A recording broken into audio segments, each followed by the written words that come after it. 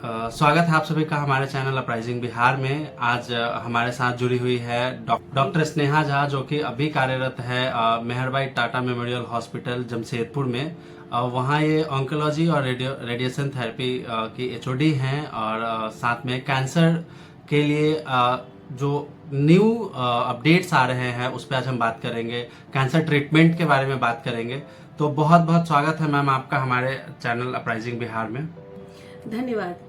सबसे पहले तो मैम आप हमें यह बताइए कि रेडिएशन ऑन्कोलॉजी को ही आपने अपने करियर के लिए क्यों चुना?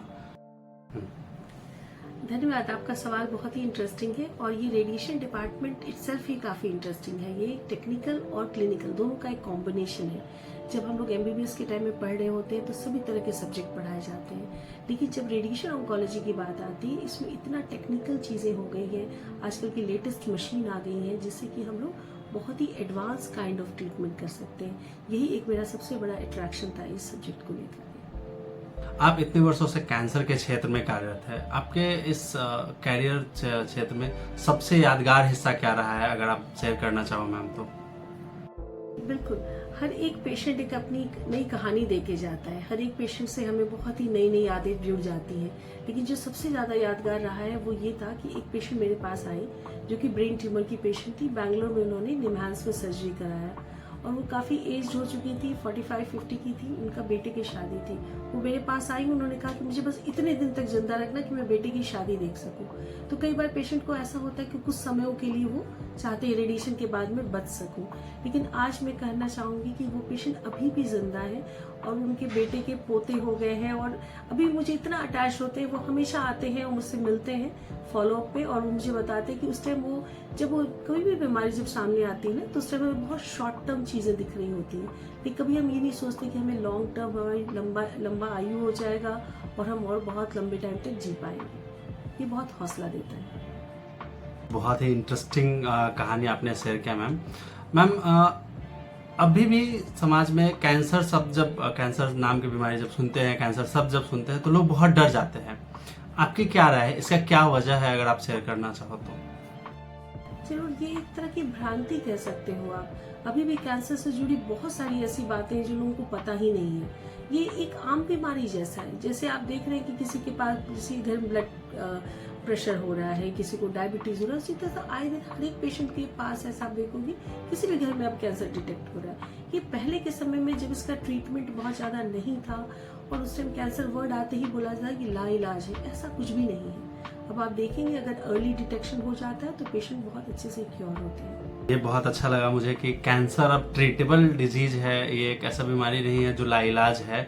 मैम, ऐसा कौन सा जनरल मिथक है जो कि गलतफहमियां हैं जो लोग कैंसर के बारे में लोगों के मन में बैठ रखा है, उसके बारे में अगर आप एक आध दो कुछ क्लैरिफाई करना चाहो कि जब आप पेशेंट से मिलते हो तो पेशेंट जब आपको बताते होंगे कि मैम ऐसा है वैसा है, तो वो क्या चीजें अगर आप शेयर करो तो? अब पेशेंट जो आते हैं हमारे पास वो कभी भी डॉक्टरों की बातें तो सुन के आते नहीं है। वो नॉर्मल अपने समाज में जुड़ते हैं और समाज में जो तरह की बातें फैली है हर एक मरीज वही बोलता है। पहला एक मिथ होता है कि क्या इसे काट के निकाला जाए या कोई जांच किया जाए तो ये फैल सकता है क्या, तो इस डर से तो वो सर्जरी कराना नहीं चाहते कि सुई लग गया या चाकू लग गया तो फैलेगा, और ये बिल्कुल मिथ है। ऐसा बिल्कुल नहीं है। ऑपरेशन करना जरूरी होता है। पहला काम ही है कि हमें सबसे पहले बायोप्सी लेनी है और उसके लिए सुई भी लगाना होगा, उसके लिए टाका भी लगाना होगा और बायोप्सी की टिश्यू भी लेनी होगी, तभी तो कैंसर सेल पता चल पाएगा हम लोगों को। तो ऐसा बिल्कुल भी नहीं है कि कटने से फैल सकता है। दूसरी है कि वो खाने पीने अपने मन से वो नॉर्मल घाव के जैसे सोचते हैं इसको। कैंसर का जो जख्म है वो नॉर्मल घाव की तरह नहीं है, जो हम केला खाएंगे तो बढ़ जाएगा, चीनी खाएंगे तो बढ़ जाएगा, ऐसा कुछ भी नहीं है। ये पर्टिकुलर सेल्स की चीजें हैं और जब तक वो सेल्स को या तो कीमोथेरेपी या तो रेडियोथेरेपी या सर्जरी से निकाला नहीं जाएगा वो ठीक नहीं होगा। कैंसर की शुरुआती पहचान क्या है और ऐसे कौन से लक्षण हैं जो हमें नजरअंदाज नहीं करना चाहिए, मैम आप बताओ। कैंसर के लक्षण बहुत तरह के होते हैं, जिसको कि हमें इग्नोर नहीं करना चाहिए। पहला तो हमें देखना है कि किसी भी तरह का कैंसर शरीर के किसी भी भाग में अगर कोई जख्म या घाव हो या कोई गांठ हो जो कि साइज अपने आप अचानक से बढ़ रही है, या कोई तिल या कोई मस्सा वो भी साइज में बड़ा हो रहा है, कोई मुंह के अंदर कोई अल्सर है जो कि बहुत दिन से हील नहीं हो रहा है, तो इस तरह के नॉन हीलिंग अल्सर्स को कभी भी इग्नोर नहीं करना चाहिए। कॉफ में ब्लड आना, लैट्रिन में ब्लड आना और महिवारी के बीच बीच में ब्लड आना और लगातार ब्लड आते रहना, ये सारे साइंस हो सकते हैं कैंसर के लक्षण, जिसे कि हमें अवॉइड नहीं करना चाहिए, जिसे कि हम एक तरह की वार्निंग साइंस कहते हैं। इस तरह का कोई साइन आए तो सबसे पहला काम है कि डॉक्टर के पास जाके उसका सलाह लें और देखना चाहिए कि जितना भी किसी भी तरह का अगर लक्षण या कोई भी वार्निंग साइन आ रहा है तो हम अपने डॉक्टर के पास जाएं और इसका जरूर ही जांच करवाएं, ताकि हम इस अंदेशा से कि क्या ये कैंसर हो सकता है या ये नॉर्मल किसी और बीमारी के लक्षण है, इसे जानना जरूरी है। बहुत से लोग जांच से डरते हैं। कैंसर अगर उन्हें लगता भी है तो वो टेस्ट नहीं कराना चाहते कि कैंसर निकल जाएगा तो उसके बाद क्या है। तो उन लोगों के लिए आपका क्या संदेश है मैम? बिल्कुल सही कहा आपने। कैंसर शब्द इटसेल्फ इतना ज्यादा अंदर से डरा देता है इंसान को ना कि वो जांच कराने भी नहीं जाते। उनको ऐसा लगता है अगर जांच में निकल गया तो क्या होगा। तो कभी कभी हम इस फेज को हम लोग डिनायल मोड कहते हैं कि पेशेंट अपने आप को मानने को ही तैयार नहीं कि उसे कैंसर है। फिर भी हमें उसी टाइम पे फैमिली सपोर्ट सबसे इम्पोर्टेंट है। परिवार के लोगों को उन्हें समझाना चाहिए, ताकि जांच अगर हम अर्ली करा लें और जल्दी जांच में अगर ये अर्ली स्टेज में पता चल जाता है तो ये तो 90% क्यूरेबल हो सकता है। तो इस तरह से मोटिवेटेड करके अगर पेशेंट के अटेंडेंट और उनके साथ के परिवार के लोग उनको लेके आते हैं तो जांच हो जाना बहुत जरूरी है। सही पे जांच हो जाना, सही अर्ली डिटेक्शन हो जाना, ये उनके लिए बहुत ही ज्यादा हेल्पफुल होगा। अर्ली डिटेक्शन से मैम कैंसर 90+ % क्यूरेबल हो जाता है, ऐसा आपका कहना है। क्या जीवन शैली में बदलाव करके कैंसर से बचा जा सकता है? ऐसे कुछ 2-3 चीजें जो आप अगर डेली अगर उसको फॉलो करते हो तो कुछ % कम जाए, ऐसा कुछ हो सकता है? क्या कैंसर से बचा जा सकता है? इसके बारे में बिल्कुल, आपने बिल्कुल सही उठाया। जीवन शैली को बदलना सबसे ज्यादा जरूरी है और हम लोग जैसे अपनी जीवन शैली में बहुत सारी चीजें ऐसी कर रहे हैं जिसकी वजह से हमें पता होते हुए भी कि इससे कैंसर होगा, फिर भी हम लोग उसको कर रहे हैं। आप देखें कि कितना अवेयरनेस प्रोग्राम किया जा रहा है, कितना हर एक मूवी से पहले दिखाया जा रहा है कि स्मोकिंग करना या गुटखा खाना ये सब चीजें गलत है, लेकिन फिर भी लोग कर रहे हैं। तो सबसे पहला चीज तो है ये अवेयरनेस हो जाना कि हमें इन सब चीजों से कैंसर होता ही होता है। और जब हम लंग्स के बारे में देखें कि आप सिगरेट स्मोक कर रहे हैं और लंग्स के अंदर इतना ज्यादा फेफड़ों में कालापन आ जाता है, धुआं इतना ज्यादा आप ले रहे हैं, उसकी वजह से हो रहा है। आप इस तरह के पॉल्यूशन वाली जगहों से भी बच सकते हैं। जिस तरह की डेली के ट्रैवलिंग्स में हम लोग ने कोरोना के टाइम पे देखा कि हम लोग मास्क लगा करके चल रहे हैं, वो भी एक तरह से काफी कुछ प्रिवेंट करता है कैंसर से, क्योंकि पॉल्यूशन इटसेल्फ, आप ये सोचेंगे केवल आप स्मोक कर रहे हैं तो ही कैंसर हो रहा है, ऐसा नहीं है। अगर आप पॉल्यूटेड जगह पे निकल रहे हैं और बहुत ज्यादा धुआं आपने सेवन किया या किसी और का धुआं भी आपने, किसी के सिगरेट का स्मेल भी आपने लिया, तो वो भी आपके लिए एक पैसिव स्मोकिंग है जो कि आपके लिए हानिकारक हो सकता है। तो आप ऐसे लोगों के बीच में उठना बैठना भी आप थोड़ा कम करें अपनी जीवन शैली में, ये सुधार ला सकते हैं। 2-3 चीजें ऐसी हैं जो हेल्दी खाना हर कोई जान रहे हैं, हरी सब्जियां, और जितना आप नॉनवेज रेड मीट खाना कम कर दें उतना ज्यादा बेहतर है। डेयरी प्रोडक्ट जो भी प्रिजर्वेटिव के साथ हो, कोई भी दूध दही या डेयरी प्रोडक्ट जो प्रिजर्वेटिव डाला हुआ हो उसको कम से कम यूज करें। और आपको अपनी जीवन शैली में एक्सरसाइज को मैंडेट करना है। आप डेली नहीं कर सकते, आप अगर बहुत बिजी हैं, आपका ऑफिस टाइम है, आप एटलीस्ट 45 मिनट्स हफ्ते के 3 दिन को चूज कर लें। कम से कम 3 दिन भी 45 मिनट का जो अगर आप वॉक और ब्रिस्क वॉक करते हैं वो भी आपको कैंसर से बहुत दूर कर देता है। ऐसे बताया कि कैसे कैंसर से बचा जा सकता है। आप दिनचर्या में बदलाव करके, जैसे अगर आप एक्सरसाइज नहीं करते हो तो वीक में एक्सरसाइज स्टार्ट करो। 3 दिन, जैसे मैंने बताया कि 3 दिन आप एक्सरसाइज करके आप कैंसर से बच सकते हो। ये फिजिकल एक्सरसाइज की बात है, हो सकता है आप थोड़ा बहुत टहल भी सकते हैं। दूसरा है कि अगर आप पैसिव स्मोकिंग करते हो, ऐसा मैम ने कहा कि अगर आप के आसपास के लोग अगर स्मोक कर रहे हैं तो भी आप वहाँ रहते हो तो वो भी एक स्मोकिंग ही है, तो आप उन लोगों से दूरी बना ले, कैंसर से बचना है तो। और अगर आप खुद स्मोक करते हैं तो स्मोकिंग क्विट करें, अल्कोहल लेना क्विट करें, ये सारी चीज़ें हैं। और फ्रेश वेजिटेबल्स कंज्यूम करें तो ज़्यादा अच्छा रहेगा, आपको कैंसर से बचा के रखेगा, आपकी आयु लंबी होगी। मैम मेरा जो अगला सवाल है वह रेडिएशन थेरेपी से लोग डर जाते हैं, क्या आप बता सकते हैं कि एक्चुअल में अगर सरल भाषा में अगर मैं पूछूं तो रेडिएशन थेरेपी है क्या, ये आप बताओ मुझे। जी बिल्कुल, आपने बिल्कुल सही कहा। रेडिएशन थेरेपी से लोग बहुत ज्यादा डरते हैं। वो वर्ड इटसेल्फ, वो जो रेडिएशन वर्ड आता है, उनको ऐसा लगता है कि शायद ये कोई करंट है या कोई तरह की सेक लगेगी या उसे गर्म या ठंडा कुछ महसूस होगा, ऐसा बिल्कुल भी नहीं है। रेडिएशन का वर्ड जो इसे हमें शुद्ध हिंदी में अगर बोला जाए तो विकरण ट्रीटमेंट, ये एक तरह का किरण है जो कि इनविजिबल है, हमें दिख नहीं रहा है। वो हाई वोल्टेज करंट होता है जो कि वो हमें दिखाई नहीं देता, मेगा वोल्टेज एक्सरेज। वो आप जिस तरह की मशीन, सीटी स्कैन, एमआरआई की मशीन होती है, उसी तरह की मशीन होती है जिसके ऊपर आपको लेटना होता है और वो रेडिएशन उसी जगह पे जाती है जहाँ पे वो ट्यूमर को फोकस किया जाता है। ये ट्यूमर सेल्स के जो डिफेक्टिव डीएनए सेल्स है उसको किल कर देता है और उसी को जड़ से उसी जगह पे खत्म कर देता है। तो रेडिएशन ट्रीटमेंट एक बहुत ही प्रिसाइज और हाई टेक्निक ट्रीटमेंट है जिससे कि कोई तरह की डरने की बात ही नहीं है। आजकल की जितनी अच्छी तरह की मशीनें आ गई हैं, जितनी हाई एंड मशीन आ गई है, उसमें तो साइड इफेक्ट भी बहुत कम हो जाते हैं। तो रेडिएशन से डरना नहीं होता। रेडिएशन वर्ड इससे बहुत डरावना है, लेकिन अगर आप आए और अच्छी तरह से बात करके इस चीजों को समझे तो रेडिएशन से ज्यादा इजी ट्रीटमेंट तो कुछ है ही नहीं कैंसर के लिए।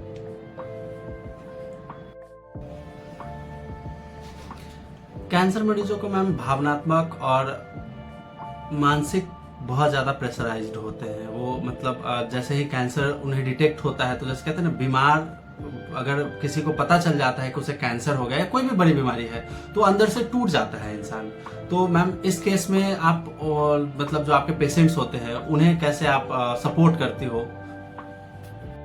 जी बिल्कुल सही कहा आपने। जब भी कैंसर का एक डिटेक्शन होता है किसी भी परिवार में, वो केवल एक पेशेंट का डिटेक्शन नहीं होता, वो पूरा परिवार उससे इन्वॉल्व हो जाता है और वो सब के सब मानसिक रूप से इतने ज्यादा उस टाइम घबरा चुके होते हैं कि जब उन्हें कैंसर शब्द पता चलता है कि क्या हमें क्या करना चाहिए, उनके दिमाग में केवल यही आता है कि मैं कहाँ चला जाऊँ जहाँ हमारा इलाज सबसे अच्छा हो सके, क्योंकि उन्हें ऐसा लगता है कि शायद हमारा इसका इलाज नजदीक में संभव नहीं है। वो अक्सर ही यहाँ से मुंबई, दिल्ली कहीं पे बाहर जाना चाहते हैं। तो सबसे पहला चीज जो होता है, दो तरह की चीज होती है, शरीर में बीमारी है, साथ के साथ फाइनेंशियल लॉस भी होता है। तो साथ में जब पेशेंट के अटेंडेंट होते हैं उनको बहुत ही अच्छे से हौसला अफजाई करनी पड़ती है, हम लोग को उनको हौसला देना पड़ता है कि देखिए खर्च तो आएगा लेकिन बहुत सारी चीजें हैं, सरकार ने हम लोग को सपोर्ट दे रखा है।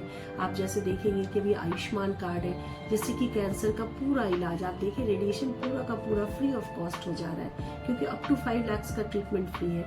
सर्जरी हो जाती है, कीमोथेरेपी हो जाता है, रेडिएशन हो जाता है। तो एक तो हमें इनकरेज करते हैं, जब भी उनकी फैमिली मेंबर आते हैं तो पहला सवाल मेरा यही रहता है कि आपके पास कोई मेडिकल इंश्योरेंस है, क्योंकि हमने ये भी अवेयरनेस सबको फैलानी है। जिस तरह से अपनी गाड़ी की, अपनी हेल्थ की, हर चीज की इंश्योरेंस कराते हैं, इस तरह से एक मेडिकल इंश्योरेंस लेना हर किसी को बहुत जरूरी है। आपके पास हेल्थ इंश्योरेंस है तब आप आराम से किसी भी महंगे से महंगे इलाज को किसी भी बड़े से बड़े हॉस्पिटल में ट्रीटमेंट करा सकते हो। तो परिवार के लोगों को एक अच्छा काउंसलिंग सेशन देना, हर किसी को समझाना कि कैंसर में एक दूसरे के साथ देना है, ना कि उसे आइसोलेट कर देना है। कई बार ऐसा होता है, बहुत से पेशेंट के लोग आके मुझसे पूछते हैं क्या हम लोग इनके साथ रह सकते हैं, क्या ये फैलता है? ऐसा कुछ भी नहीं है। कैंसर एक इस तरह की मिथ बहुत ज्यादा फैली हुई है, कैंसर के पेशेंट को लोग आइसोलेट कर देते हैं। कैंसर के पेशेंट तो वैसे ही ह्यूमन बीइंग है, खुद ही बहुत ज्यादा दुखी है इस टाइम, उन्हें तो और ज्यादा इंसानों की जरूरत है उनके आसपास। तो फैमिली को और उनको सपोर्ट करना चाहिए। और ये कैंसर फैलता नहीं है, ये जेनेटिक लेवल पे उनके सेल्स के अंदर कुछ चेंज आती है जिसकी वजह से कैंसर सेल्स बढ़ रहे होते हैं। ये फैलाव की कोई बीमारी नहीं है। तो इन सब तरह की चीजों को हमें परिवार और उनके रिश्तेदारों को समझाना बहुत जरूरी होता है। मैम क्या हाल में कोई ऐसा मेडिकल इनोवेशन या बदलाव आया है जिससे मतलब अभी तक जो ट्रीटमेंट चल रहा था, अभी तक जो कैंसर के लिए जो इलाज है अवेलेबल है, उसमें कोई नया उम्मीद जगा हो, कोई नई टेक्नोलॉजी जिससे कैंसर के पेशेंट्स को जल्दी से जल्दी ट्रीट किया जा सके? इस बारे में कुछ अपडेट है? बिल्कुल। आप देखिए कि रेडिएशन डिपार्टमेंट में या सर्जिकल डिपार्टमेंट और मेडिकल तीनों में बहुत ही सारे इनोवेशंस हुए हैं। आप अगर देखें कि सर्जरी के लिए भी रोबोटिक सर्जरी होने लगी। पहले की जिस तरह बड़ी बड़ी सर्जरियां होती थी, चेहरे को डिफॉर्म कर दिया जाता था, चेहरा बहुत बड़ा काट दिया जाता था, अब रोबोटिक सर्जरी होती और सर्जरी का निशान भी नहीं रहता चेहरे पे। कीमोथेरेपी, जिस तरह की मेडिकल ऑन्कोलॉजी के अंदर कीमोथेरेपी होती जिसके साइड इफेक्ट्स बहुत ज़्यादा होते थे, अब उसमें इम्यूनोथेरेपी का इजाद हो गया है, जो कि कम से कम दवा थोड़ी महंगी ज़रूर होती है, उसका साइड इफेक्ट बहुत कम होता है। तो इनोवेशन आप देखें सब में हो रही है। इसी तरह से रेडिएशन डिपार्टमेंट में अगर आप देखें तो हमारे पास तो इतनी तरह की मेडिसिन आ गई हैं और इतनी तरह के रेडिएशन के मशीन्स आ गए हैं, जिसे प्रोटॉन थेरेपी कहते हैं, जिसमें कि बहुत ही ज़्यादा फोकस ट्रीटमेंट दिया जाता है और आसपास के सेल्स के पास कोई भी साइड इफेक्ट नहीं होता। जितनी भी लेटेस्ट टेक्निक की मशीन्स आ गई हैं आज, उसमें ट्रीटमेंट देना उतना ही आसान हो गया है, कम से कम समय में, और पेशेंट जल्दी से जल्दी ठीक हो रहे हैं। एक दशक पहले तक कैंसर एक लाइलाज बीमारी था, अगर मैं कहूँ तो। अभी मतलब 10 साल पहले, एक दशक पहले जो कैंसर के पेशेंट्स हुआ करते थे उनमें और अभी जो कैंसर के पेशेंट्स हैं उनके ट्रीटमेंट में टोटली कितना बदलाव आया है, अगर आप ये बताओ तो। बिल्कुल आपने सही कहा। इस एक दशक में बहुत ज्यादा बदलाव आ गया है। अब आप देखेंगे कि सारी फैसिलिटीज पेशेंट्स को अब हर जगह अवेलेबल हो रही है। पहले ये ट्रीटमेंट जो होता था केवल आपकी मेट्रो सिटी में अवेलेबल था, पेशेंट को ऑल द वे दिल्ली या मुंबई कहीं बाहर जाना पड़ता था इलाज लेने के लिए। अब हमारे छोटे शहरों में भी, और 2 टायर सिटीज को आप देख लें, पटना ले लें, रांची, जमशेदपुर, हर जगह छोटे छोटे जगहों पे भी हर तरह की मशीन अवेलेबल हो गई है और टेक्निक्स भी लेटेस्ट मिलने लग गए हैं। तो रेडिएशन के लिए अभी आप बाहर जाना और बहुत दूर जाना नहीं रहा। पेशेंट आप अपने शहर में आके रेडिएशन ले सकते हैं और सब तरह की लेटेस्ट मशीन, जिस तरह से अभी मैं मेहर भाई टाटा हॉस्पिटल में कार्यरत हूँ, वहाँ जो मशीन अभी हम लोग यूज़ कर रहे हैं, ट्रू बीम मशीन, वही मशीन हमारी मुंबई में भी अवेलेबल है, क्योंकि ये मुंबई का ट्रीटमेंट और जमशेदपुर का ट्रीटमेंट दोनों सिमिलर है। जैसा आप देखेंगे कि वहाँ पे भी जिस तरह से इलाज कराने के लिए पेशेंट को ऑल द वे उतना दूर जाना, फिर पेशेंट के साथ रहने वाले रिश्तेदार को भी बाहर रहना, आपने लॉजिस्टिक बहुत सारी चीज़ें खर्च होते हैं उसमें, क्योंकि पेशेंट एक अकेला नहीं जाता, उसके साथ उसका पूरा परिवार सफ़र करता है। तो अगर आप देखिएगा इस तरह की परेशानियों में आप अपनी ट्रीटमेंट नज़दीक के जगहों पे भी करा सकते हैं। अब मुंबई से भी हम लोग के पास लेटर बन के आता है कि आप अब चले जाइए जमशेदपुर में, जाके आप इलाज कराएं, क्योंकि वहाँ पे भी सबसे लेटेस्ट मशीन है और हमारे पास सारे इक्विप्ड टेक्निकल स्टाफ्स हैं, जिससे कि आपको ट्रीटमेंट की सुविधा बहुत आसानी से मिल। मैम, जो लोग अपने परिवार के किसी मरीज की देखभाल कर रहे हैं उनको आप क्या सलाह देना चाहोगे? वो कैसे अपने फैमिली मेंबर्स जो कि पेशेंट है उनके साथ कैसे ट्रीट करें, इस बारे में कुछ बताओ।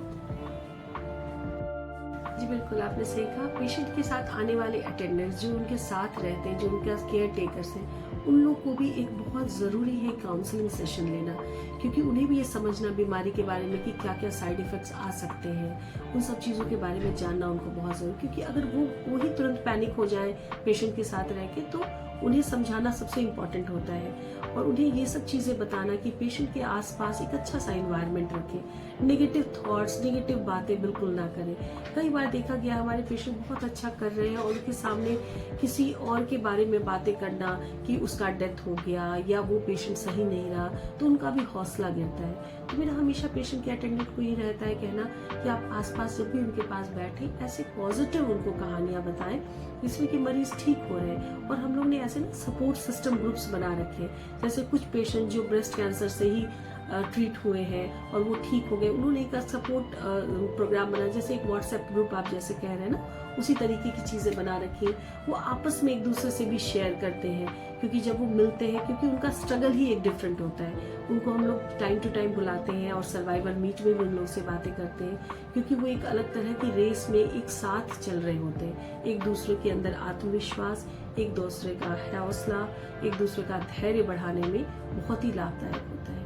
तो पेशेंट के अटेंडेंट को भी बहुत ही ज़्यादा धैर्यवान और आत्मविश्वास से भर के रहना होगा और उनको कम से कम एक जगह से जुड़ के रहना होगा। कई बार मैंने देखा है कि मरीज के अटेंडेंट को अगर किसी के बारे में सुनते हैं और वो एक जगह से इलाज आधा अधूरा छोड़ के दूसरी जगह चले जाते हैं, आप देखेंगे हर जगह रेडिएशन की ट्रीटमेंट एक तरीके से आप अगर समझेंगे तो उसे गाइडलाइंस के हिसाब से किया जा रहा है। तो ऐसा नहीं है कि अगर आपने कहीं छोटे शहर में कराया या बड़े शहर में कराया तो उसका इलाज में कुछ अलग होगा।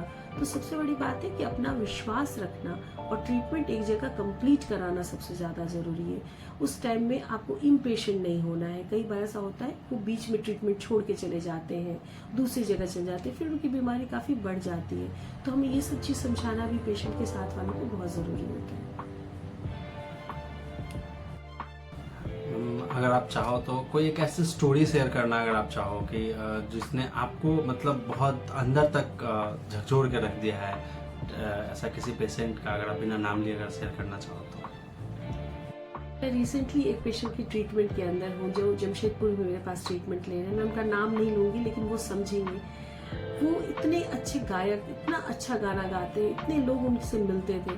अभी कुछ दिन पहले जब उन्होंने मेरे पास आए और मुझसे बातें करने लगे, उन्होंने मुझे बताया कि अब लोग उनके घर आना बंद कर दिए हैं, लोग उनसे मिलना जुलना बंद कर दिए हैं। तो मैं इस इंटरव्यू के माध्यम से सबको ये बताना चाहूँगी कि जब कोई इंसान अपने अच्छे हेल्थ, अच्छे शोहरत में रहता है तब हम सब उनके साथ रहते हैं। लेकिन जब उनके पास छोटी सी परेशानी आती है या छोटा सा कैंसर आया, क्या वो ट्रीटमेंट ले रहे हैं, तो हम उससे दूरी बना लेते हैं। ये सबसे ज़्यादा हमारी तरफ से और हमारे समाज की तरफ से असहयोग है।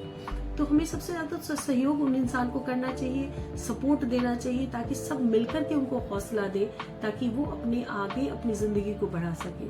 और देखिए कि धीरे धीरे परिवार वाले भी जैसे सुनने लगते हैं ना कि इनके परिवार में कैंसर डिटेक्ट हुआ है, तो धीरे धीरे उनसे कटने लगते हैं और दूर हो जाने लगते हैं। और एक तरह से मैं आपको बताऊं तो मेरे जितने पेशेंट हैं वो एक तरह से मेरे परिवार के जैसे, मेरे एक्सटेंडेड फैमिली है।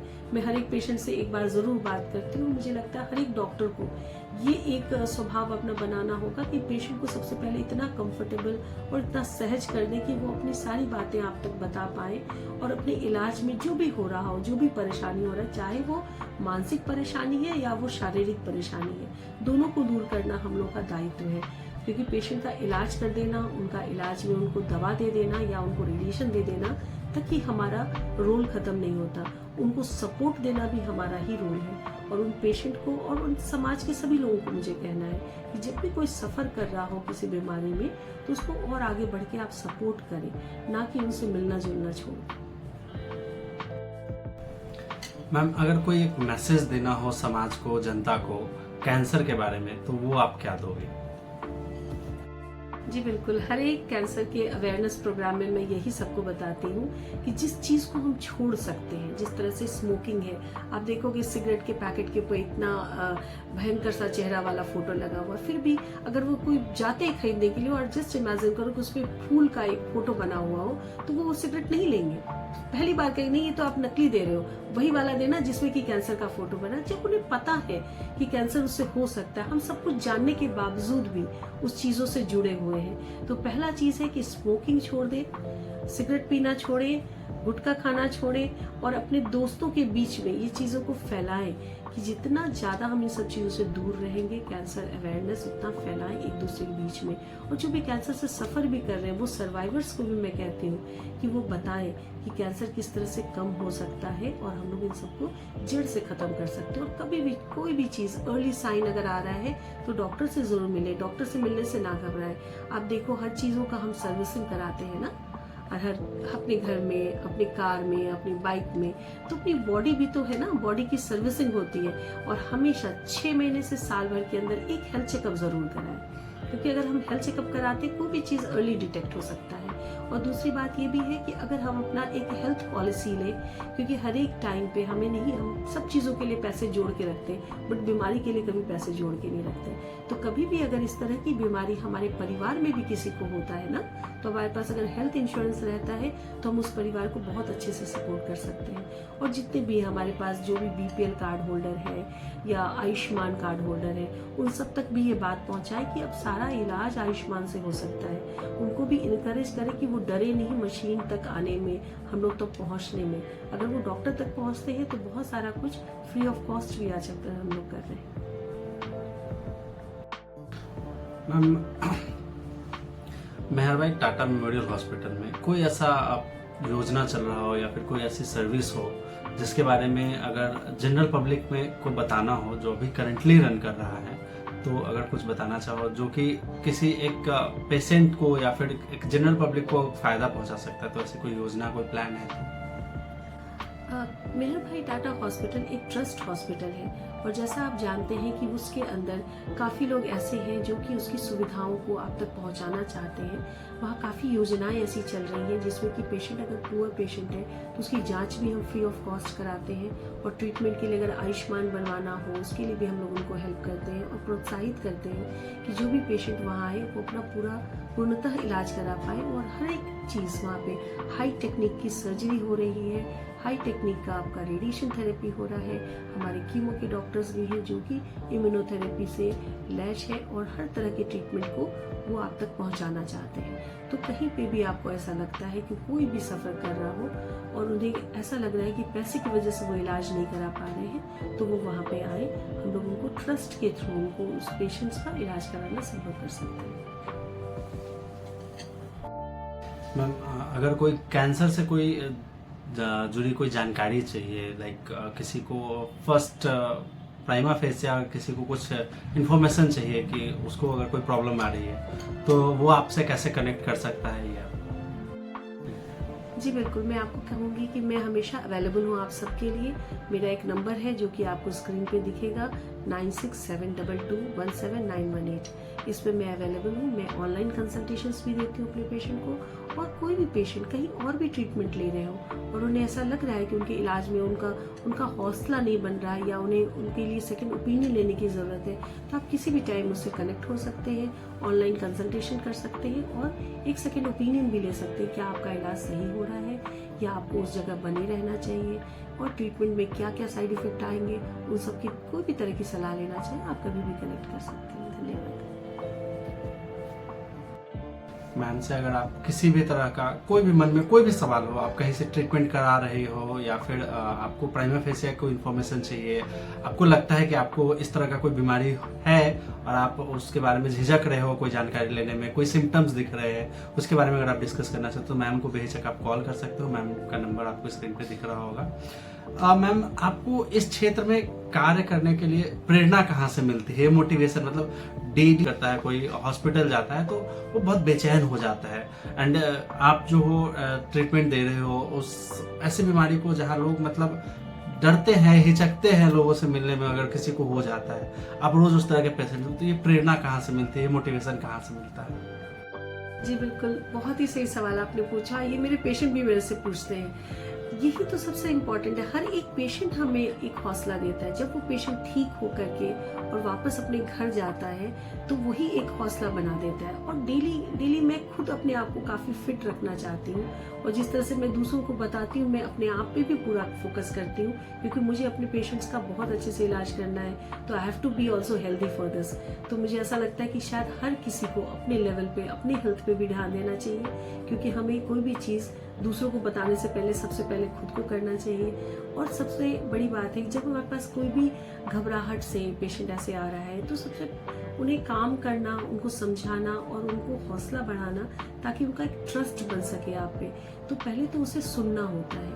आप बिना सुने आप उसका इलाज नहीं कर सकते। तो पेशेंट के पास बैठ के उसकी सारी बातें सुनिए। जब आप वो सुनते हैं और जब वो आपको उनको ठीक कर देते हैं तो दोबारा उनकी दुआओं से हमें इतना हौसला मिलता है कि मैं दोबारा पेशेंट को ट्रीट कर सकती हूँ। धन्यवाद।